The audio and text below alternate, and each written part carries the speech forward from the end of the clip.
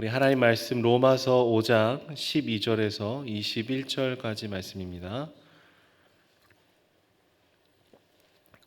로마서 5장 12절에서 21절까지 말씀을 교독해서 읽도록 하겠습니다. 그러므로 한 사람으로 말미암아 죄가 세상에 들어오고 죄로 말미암아 사망이 들어왔나니 이와 같이 모든 사람이 죄를 지었으므로 사망이 모든 사람에게 이르렀느니라. 죄가 율법이 있기 전에도 세상에 있었으나 율법이 없었을 때에는 죄를 죄로 여기지 아니하였느니라. 그러나 아담으로부터 모세까지 아담의 범죄와 같은 죄를 짓지 아니한 자들까지도 사망이 왕노릇하였나니 아담은 오실 자의 모형이라. 그러나 이 은사는 그 범죄와 같지 아니하니 곧 한 사람의 범죄를 인하여 많은 사람이 죽었은즉 더욱 하나님의 은혜와 또한 한 사람 예수 그리스도의 은혜로 말미암은 선물은 많은 사람에게 넘쳤느니라.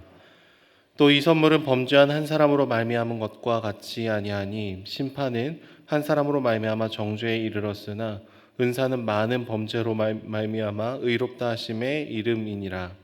한 사람의 범죄로 말미암아 사망이 왕노릇하였은즉 더욱 은혜와 의의 선물을 넘치게 받은 자들은 한 분 예수 그리스도를 통하여 생명 안에서 왕노릇하리로다. 그런즉 한 범죄로 많은 사람이 정죄에 이른 것 같이 한 의로운 행위로 말미암아 많은 사람이 의롭다 하심을 받아 생명에 이르렀느니라.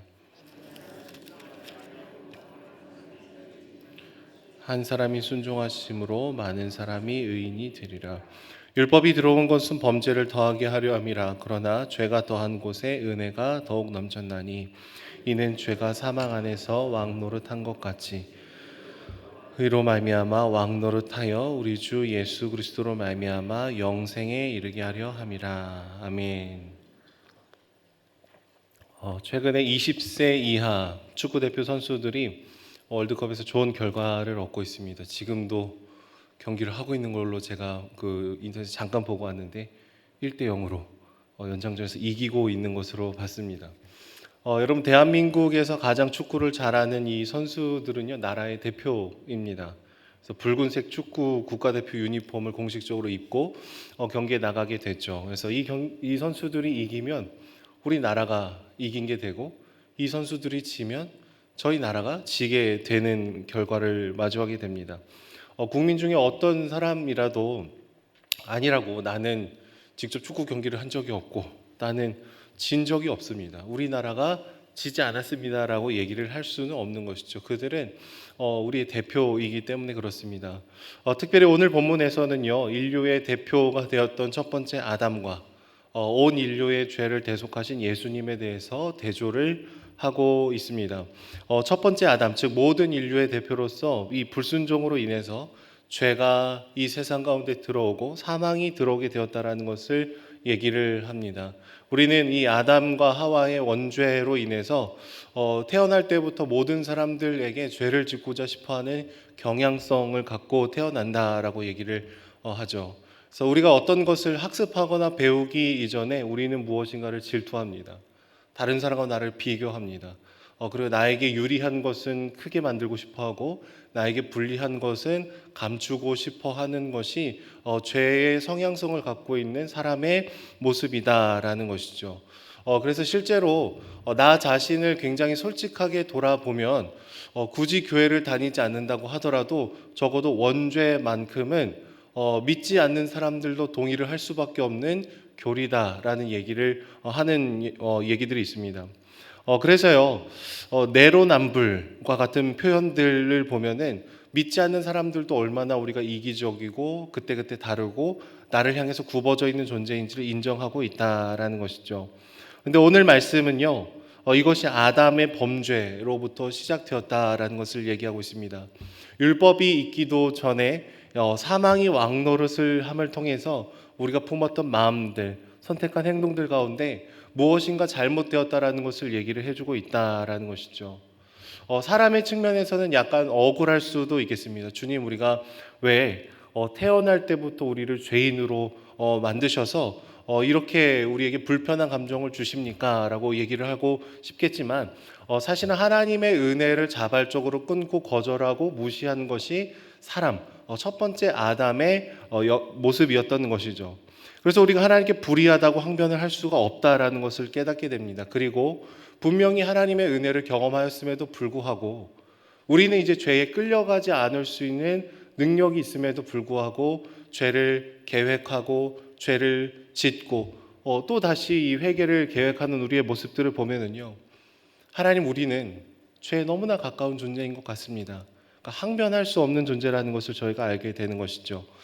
그런데 하나님은요, 오늘 말씀 보시면은 스스로 하나님과의 관계를 끊어버리고 죄를 환영했던 아담과 다르게 우리를 참된 생명으로 인도해 주시는 또 다른 아담, 예수 그리스도를 보내주셨다라고 얘기를 하고 있습니다. 두 번째 아담으로서 이 땅에 인간의 몸을 입고 오신 예수님은요, 자신의 모든 것을 쏟으시면서 우리에게 생명을 허락해 주십니다.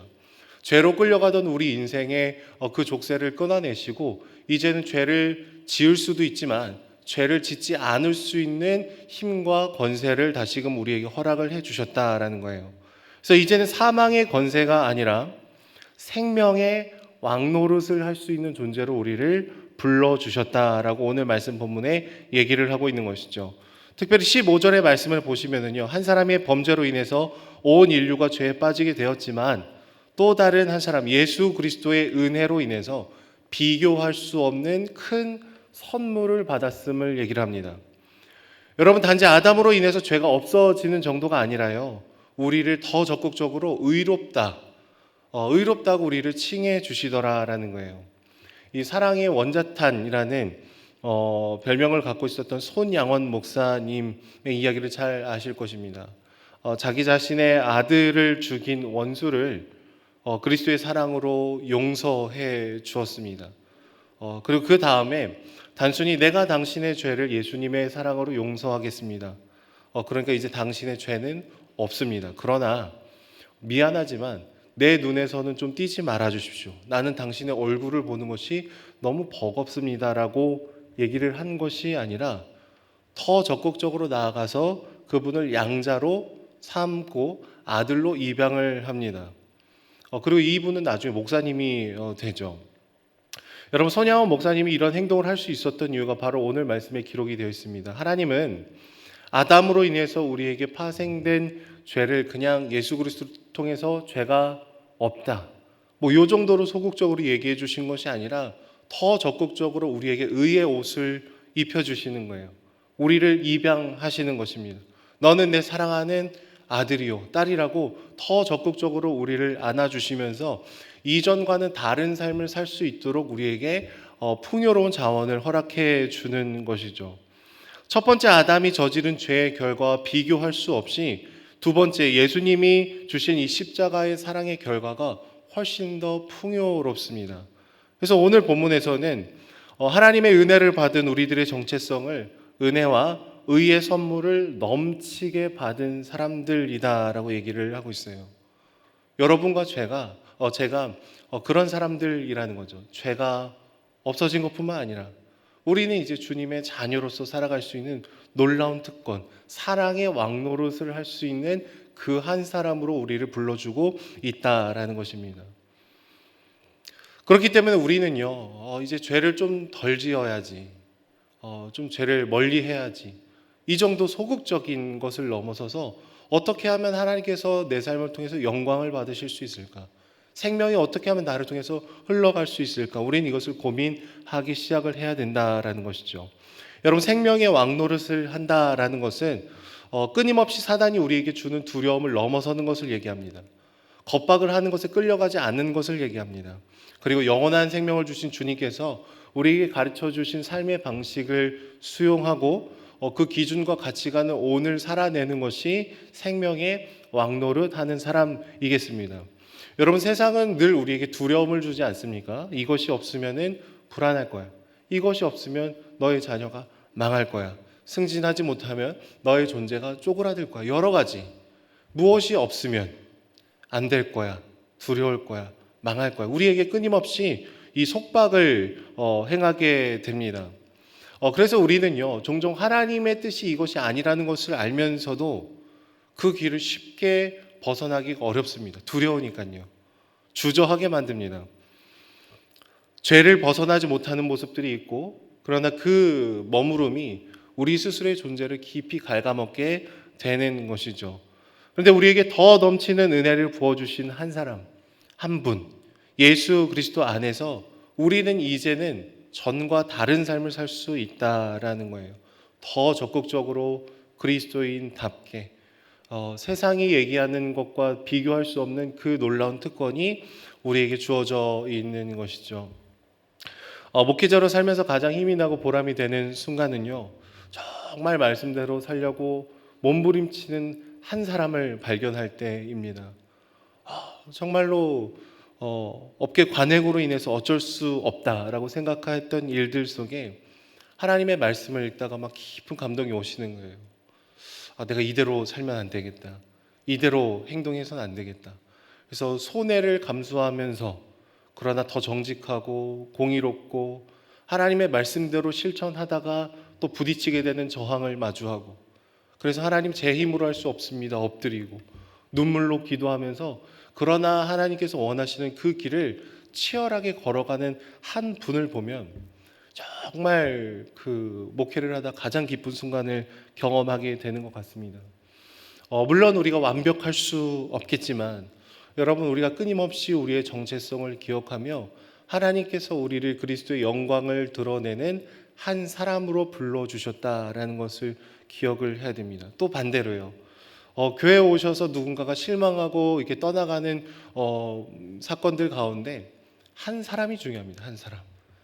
나를 정말 인격적으로 대해준 한 사람으로 인해서 수많은 오해들을 불식시키고 함께 공동체에 참여하시는 분도 있지만 정말 나의 연약함, 나의 부족함으로 인해서 실망하고 실족하면 그 사람은 그 한 사람으로 인해서 마음이 무너지게 될 수도 있다라는 것이죠.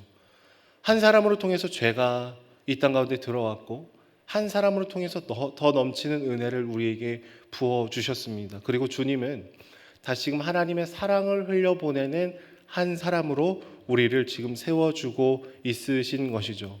주 안에 사랑하는 여러분, 오늘이라는 시간을 통과하면서 다시금 하나님의 사랑의 왕노릇을 하는 저와 여러분들이 되시기를 소망합니다. 소극적으로 죄가 없어졌구나, 죄를 멀리해야겠구나, 이 정도 수준이 아니라 더 넘쳐서 하나님께서 기뻐하실 것이 무엇인가를 더 하나님 앞에 고백하고 나아가는 그런 삶을 살아갈 때 우리가 의도치 않았을지라도 나의 작은 섬김, 나의 위로 한마디, 그런 것을 통해서 무너져가는 인생 가운데 하나님의 위로가 되는 통로가 되시기를 축복합니다. 기도하겠습니다. 사랑해 주님, 감사합니다. 참으로 연약하고 부족한 저희들을 위하여 한 사람이 되어주시고 모든 생명을 쏟으시고 죽기까지 너를 사랑한다 말씀하여 주시니 주님 감사합니다. 주님의 그 사랑을 넘치게 받은 자로서 우리도 이제 복음의 통로가 되는 한 사람이 되기를 원합니다. 여전히 연약하고 부족하지만 하나님 나를 사용하여 주셔서 하나님의 영광을 드러내는 삶을 살아갈 수 있도록 사랑의 왕노릇을 하는 저희들이 될 수 있도록 우리를 굳세게 붙들어 주시옵소서. 감사드리며 예수님의 이름으로 기도드립니다. 아멘.